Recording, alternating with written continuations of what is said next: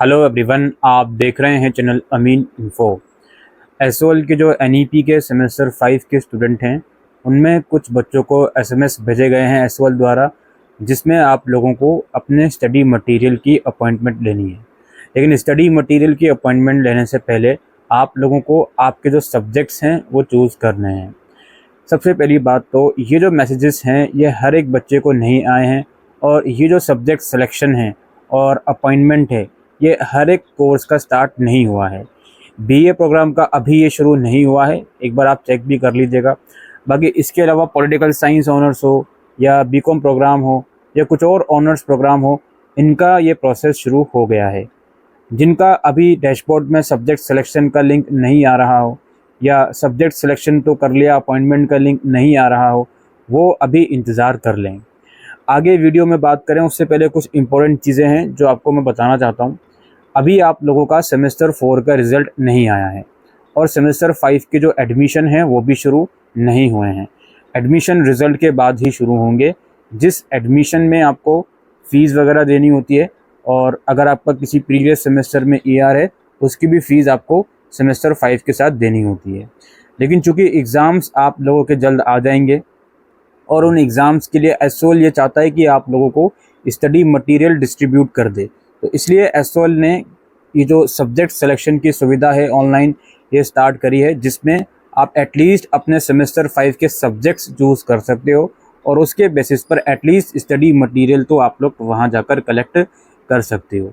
Again मैं repeat करता हूँ, ये एडमिशन नहीं है, इसमें जस्ट आपको अपने सब्जेक्ट सेलेक्ट करने हैं ताकि आप स्टडी मटेरियल जल्द से जल्द कलेक्ट करो। और ये जो अभी प्रोसेस है ये हर एक बच्चे के पोर्टल में अभी नहीं शो हो रहा होगा। कुछ बच्चों के पोर्टल में तो सब्जेक्ट सिलेक्शन का भी लिंक नहीं आया होगा, और अगर कुछ बच्चों के पोर्टल में सब्जेक्ट सिलेक्शन का लिंक आया होगा तो उसको करने के बाद उन्हें अपॉइंटमेंट का लिंक नहीं आ रहा। लेकिन मैं आप सभी लोगों से ये रिक्वेस्ट करता हूँ, आप अपना डैशबोर्ड चेक करते रहिए। नाउ अब आगे एक्चुअल में जिनको मैसेजेस आया है या जिनके डैशबोर्ड में लिंक आ रहा है, उन्हें अब क्या करना है, उन्हें अपने सेमेस्टर 5 के सब्जेक्ट्स सेलेक्ट करने हैं। अब ये बात मैंने कुछ दिन पहले आपको वीडियो में बताई थी कि सेमेस्टर 5 के कोर्स का स्ट्रक्चर क्या है, आपका सेमेस्टर 5 में कौन से सब्जेक्ट्स आपको पढ़ने हैं। अगर उस वीडियो को आपने नहीं देखा तो पहले उस वीडियो को जाकर ज़रूर देखें और फिर आप सब्जेक्ट सेलेक्ट करें। सेमेस्टर 5 में इस बार टोटल आपके 6 सब्जेक्ट्स होंगे। जब आप पोर्टल में सब्जेक्ट सेलेक्ट करने जाओगे तो वहाँ पर आप लोग देखोगे 3 सब्जेक्ट ऑलरेडी आपको वहाँ पर शो कर रहा होगा, और बाकी के 3 आपको खुद से सेलेक्ट करने हैं, जिसमें आपका डिसिप्लिन स्पेसिफिक इलेक्टिव है, जेनरिक इलेक्टिव है और स्किल इन्हांसमेंट कोर्स है। अब ये जो स्किल इन्हांसमेंट कोर्स है ये इसमें तो आप कोई भी सब्जेक्ट चूज़ कर सकते हो जो आपके ऑप्शंस आ रहे हैं, बस वो आपने शुरू के 2 सालों में नहीं पढ़ा हो। जेनरिक इलेक्टिव की जहाँ तक बात है, जेनरिक इलेक्टिव का मतलब है जिस प्रोग्राम में आप इनरोल हो, जिस स्ट्रीम में आप इनरोल हो, उसके अलावा दूसरे डिसिप्लिन का सब्जेक्ट पढ़ना। जैसे अगर आप बीकॉम कर रहे हो तो इंग्लिश, हिस्ट्री या पॉलिटिकल साइंस वगैरह इनका सब्जेक्ट पढ़ना। आप बीए ऑनर्स कर रहे हो पॉल साइंस वगैरह में, तो पॉल साइंस के अलावा किसी दूसरे डिसिप्लिन का सब्जेक्ट पढ़ना। जेनरिक इलेक्टिव का यही मतलब है। और जो वहाँ पर एक DSE करके आ रहा है, discipline specific elective. Discipline specific elective का मतलब ये है कि जिस स्ट्रीम में आप ग्रेजुएशन परस्यू कर रहे हो उसी डिसिप्लिन का एक और सब्जेक्ट आपको पढ़ना होगा। ये कुछ कैटेगरीज हैं सब्जेक्ट्स की सेमेस्टर 5 में। In total there are 6 subjects, जिसमें से 3 आपके वो मेन सब्जेक्ट रहेंगे और 3 आपके ऑप्शनल में हैं, एक DSE, एक जेनरिक और एक स्किल इन्हांसमेंट कोर्स। जब कोर्स का स्ट्रक्चर आया था मैंने आपको एक चीज़ साफ क्लियर करी थी कि उस कोर्स के स्ट्रक्चर में एक इंटर्नशिप, अप्रेंटिसशिप ये करके एक ऑप्शन आ रहा है। बच्चों की एसओएल में ये ऑप्शन दिया नहीं जाएगा, सिर्फ वेबसाइट पर दिखाने के लिए वो चीज़ लिख दी गई है IAPC, बट वो एक्चुअल में दी नहीं जाएगी।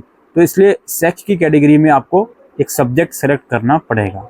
अब जिन बच्चों के डैशबोर्ड में ऑप्शन आ रहा है आप लोग सब्जेक्ट सेलेक्ट कर लीजिए। बच्चों का सवाल एक ये आएगा, सर मुझे स्टडी मटेरियल नहीं चाहिए, जब एडमिशन फॉर्म आएगा तब मैं उसको भर लूँगा, क्या ये चीज़ सही है? देखो जी, ये फिर आप अपने हिसाब से डिसाइड करिए।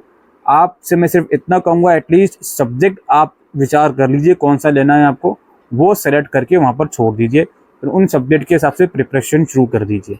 इसमें कोई पैसे नहीं लग रहा है फ़िलहाल तो आपके, तो सब्जेक्ट तो आप सेलेक्ट कर सकते हो। बाद में जब रिजल्ट के बाद एडमिशन फॉर्म रिलीज़ होगा उसमें आप एडमिशन ले सकते हो। ये कोई अनोखी चीज़ नहीं है यूनिवर्सिटी के अंदर। जो रेगुलर कॉलेजेस हैं उसमें हमेशा से ऐसे ही होता है।